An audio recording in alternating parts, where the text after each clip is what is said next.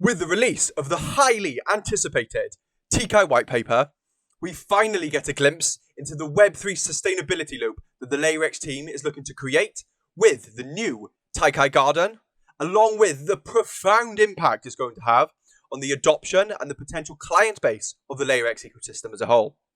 Welcome back, LayerX Balls.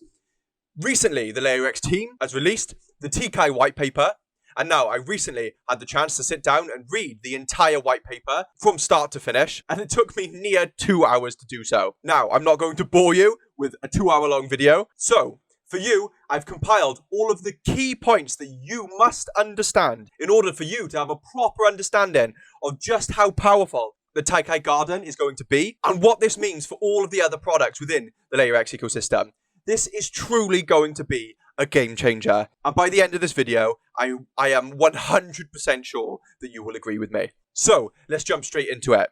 The TAIKAI Garden is truly realizing the overall ethos and the primary goal of the LayerX ecosystem. We want you to be able to come to the LayerX ecosystem with nothing more than just an idea of a potential business, and then be able to be nurtured from the initial startup phase into a fully fledged industry-leading business using all of the products found within the LayerX ecosystem. Now, in the current system, there is one key issue that the LayerX team has picked up on during their many years in the field. And the main issue that they've noticed with their experience is that in the very early stage of a project's life cycle, the odds of them actually transitioning their potential business into a profitable one is near impossible. For instance, if I quote the TKAI Whitepaper here, in hackathons, one of the most recognized initiatives to promote innovation, a mere 5% of projects will have continuation 6 months after the end of the event.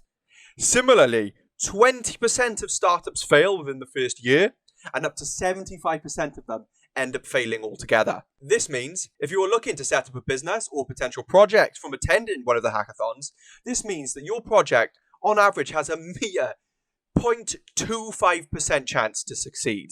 Now, ask yourself, if you were put in this position, would you pursue those odds?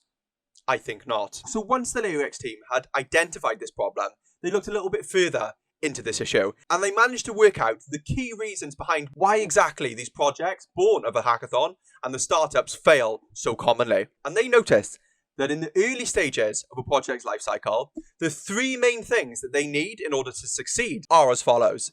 They need adequate funding, they need access to the correct mentors that will help steer their project in the right path, and they also need the correct networking opportunities to find like-minded individuals that will band together and join them on their project's journey. This is where the traditional system fails. Whilst grants may solve the funding issue that a project will face in the early stages, it also lacks the 2 other areas that we just discussed, mentorship and networking. Whereas an incubator may offer the perfect place for networking and connecting your project with potential mentors that can join you on your project's journey, they do not offer the same funding opportunities that other programs offer.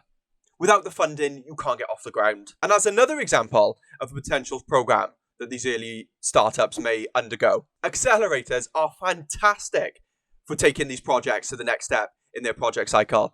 However, they are very limited to projects that are already a lot further along the development stage and already have some of the key areas that we've discussed already sorted and organized before attending these events. But not only with the LayerX team able to identify the traditional reasons on why startups fail. As many of you will know, the world is now slowly transitioning into a blockchain Web3 based economy for online businesses. And one of the key things for the success of a Web3 project is community exposure in the early days. This is one of the issues that will become ever more prevalent as the Web2 community looks to integrate more with the Web3 one. Almost none of the original innovation programs offer exposure to Web3 communities. And I think this diagram is an excellent way for you to be able to wrap your head around exactly what these different programs offer in terms of support, as well as what stage your project needs to be in order to be able to take advantage of these aforementioned programs. As you can see, the TAIKAI Garden is looking to place itself at the perfect point between all of the current early stage programs offered to current projects on the market. So what is the solution to this problem?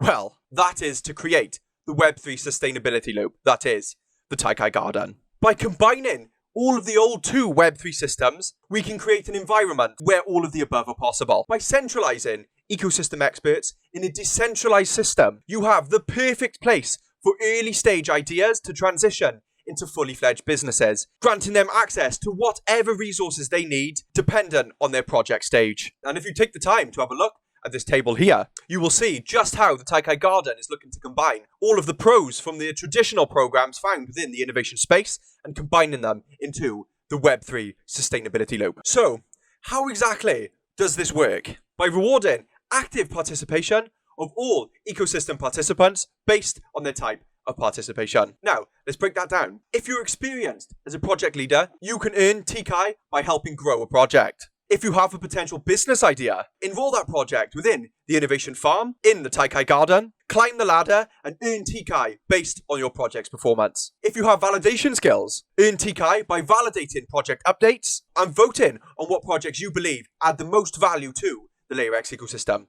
And now I know many of you will have questions about the Innovation Sandbox, so let's dive straight into it. Come with me and let's enter the Innovation Sandbox. There are 2 types of sandbox found within the TAIKAI Garden. 1, the Project Sandbox, and 2, the Mentor Sandbox.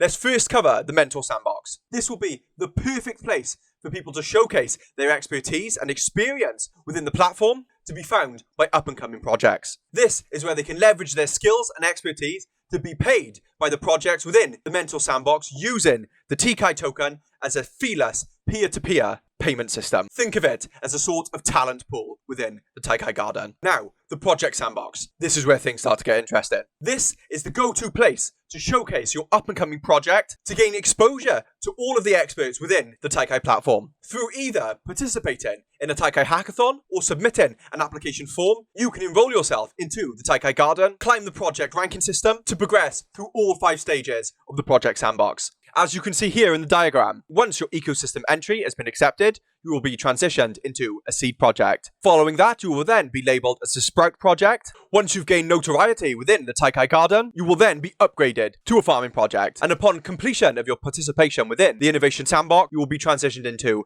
a graduate project. So let's break all of these stages down. Once your application has been submitted and you have been enrolled into the TAIKAI Garden, you will be labeled as a seed project. This is the stage where you will be looking to post project updates, and this is the first opportunity where community members within the TAIKAI Garden will be able to both follow and interact with your up-and-coming project. But not only that, at this stage, using the TKAI token, you will be able to mint a project NFT, climbing your position in the ladder into becoming a sprout project. That TKAI will then be transitioned into the treasury, and a portion of that will be redistributed into the network as rewards.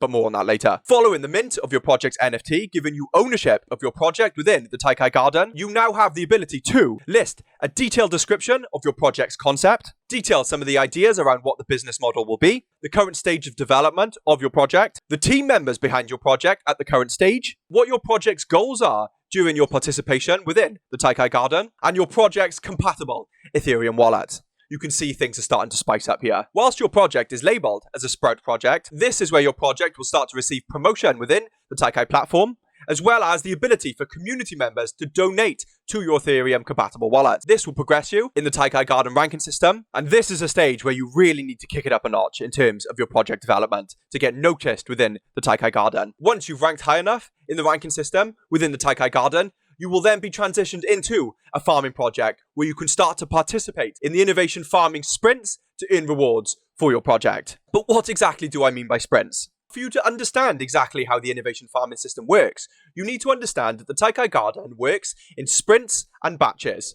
The sprints last 2 weeks, and the batches are made up of 4 different sprints, so 8 weeks. At the end of every sprint, the top 5 Sprout projects will be graduated into farming projects and then will be eligible for rewards. Once a Sprout project has been upgraded into a farming project, the farming project will have the option to lock 10,000 TKAI into the network in order to be enrolled within these sprints and therefore eligible for rewards.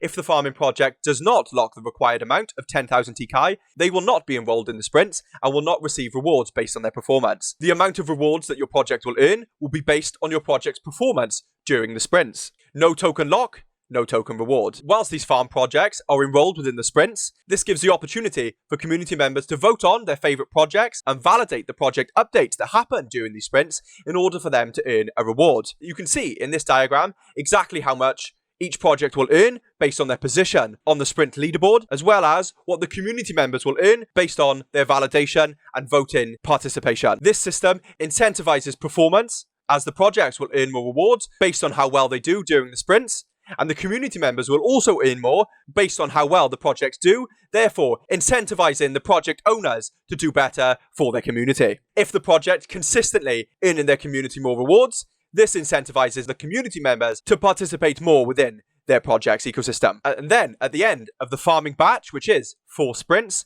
the top 5 projects within the farming batch will be then graduated into a graduate project where they are then transitioned out of the innovation sandbox and are encouraged to use all of their rewards that they've earned during their innovation batch in order to further progress their project. Examples may include entering the mentor sandbox or using some of the other products within the LayerX ecosystem, maybe Vipro Network. So what does this exactly mean for the LayerX ecosystem as a whole? Taking these projects from the earliest stage and maturing them to a stage where they can use the other products within the LayerX ecosystem. One of the main goals of the TAIKAI Garden is that they are looking for projects that have strategic goals that are aligned with the long-term vision and mission of LayerX. By finding these projects at the ground level stage of their project lifecycle, we are able to take them and nurture them into fully fledged businesses as we grow the LayerX client base, and in turn, the adoption of all of the products found within the LayerX ecosystem. Without the TAIKAI Garden, these ideas would not even be able to get to the stage of using the other products, so we are essentially creating our own clients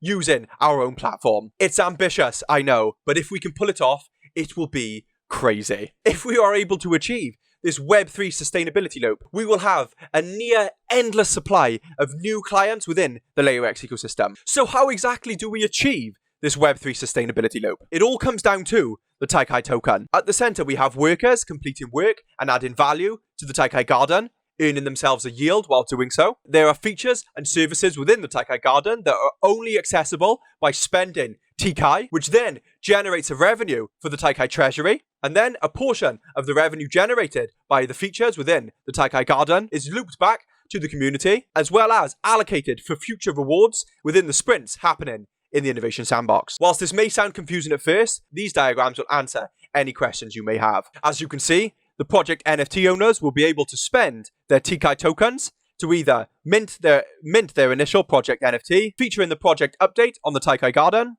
featuring a project on the TAIKAI's main platform, launching community challenges, or a withdrawal fee of TKAI tokens. All of these generate a revenue for the TAIKAI treasury, which are then looped back into the system. Here you can see, in the TAIKAI treasury, projects earn a yield on their project updates, as well as benefiting from their project's overall vision. As the more ambitious the idea and the more potential that the business has, the more rewards that they will earn by participating within the innovation sandbox. These projects will then spend their TKAI tokens to work on project updates, increase engagement by mentorship and other features that we just discussed. The more they work to grow, the more TKAI they earn. The more TKAI they earn, the more network revenue there is. And the more work that happens within the TAIKAI Garden, the more validation that will happen on these projects, which is then in turn the TAIKAI innovation ecosystem. And like we said, a portion of the network revenue is then looped back to the early stages, starting the cycle all over again. And I'll quote the TKAI Whitepaper directly here. To address the long-term sustainability of the ecosystem, TKAI is designed to increase with the rise in usage volumes.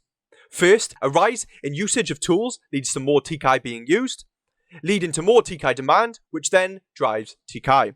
Second, a rise in usage volume leads to more network revenue, which goes into the treasury stake-in and also innovation farming rewards. So, using the TKAI token, how long exactly do we have to attempt to set up this Web3 sustainability loop? 40% of the TKAI tokens are allocated to farming rewards. 40% of the supply is 120 million. The total TKAI rewards per sprint allocated is 240,000.